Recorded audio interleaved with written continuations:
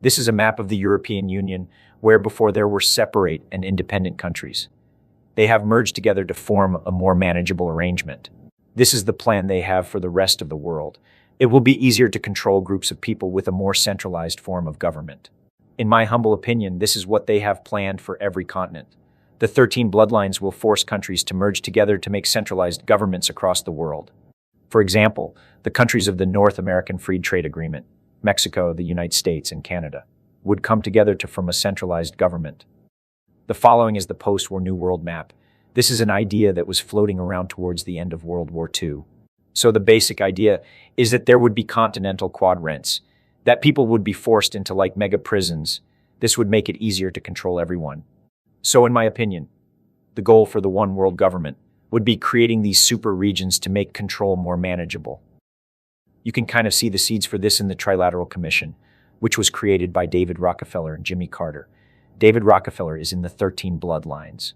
And Jimmy Carter's connection to all this just shows how both sides, the right and the left, are really both on the same team. The Trilateral Commission was already separating North America, Europe, and Asia into 3 regions. So all of these so-called presidents are working toward the same goal. Well, Carter was a Democrat. That helped to carve up the continents for a New World Order. So now let's look at a Republican. So let's look at George Bush talk about the New World Order, followed by Bill Clinton talking about the North American Free Trade Agreement.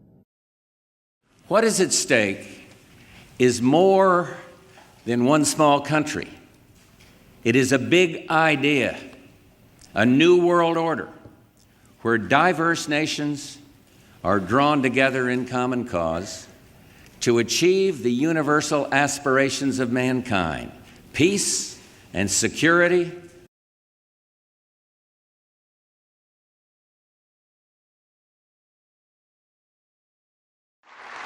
Thank you.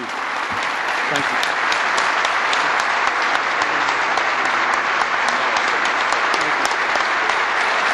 Thank you very much.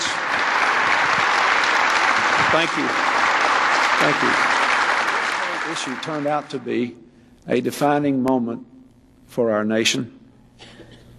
I spoke with one of the folks who was in the reception just a few moments ago, who told me that he was in China watching the vote on international television when it was taken. And he said you would have had to be there to understand how important this was to the rest of the world. Not because of the terms of NAFTA, which basically is a trade agreement between the United States, Mexico, and Canada, but because it became a symbolic struggle for the spirit of our country and for how we would approach this very difficult and rapidly changing world, dealing with our own considerable challenges here at home. I believe we have made a decision now that will permit us to create an economic order in the world that will promote more growth, more equality, better preservation of the environment, and a greater possibility of world peace.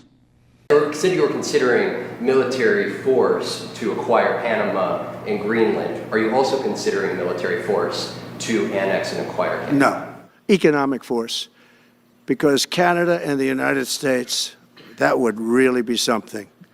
You get rid of that artificially drawn line,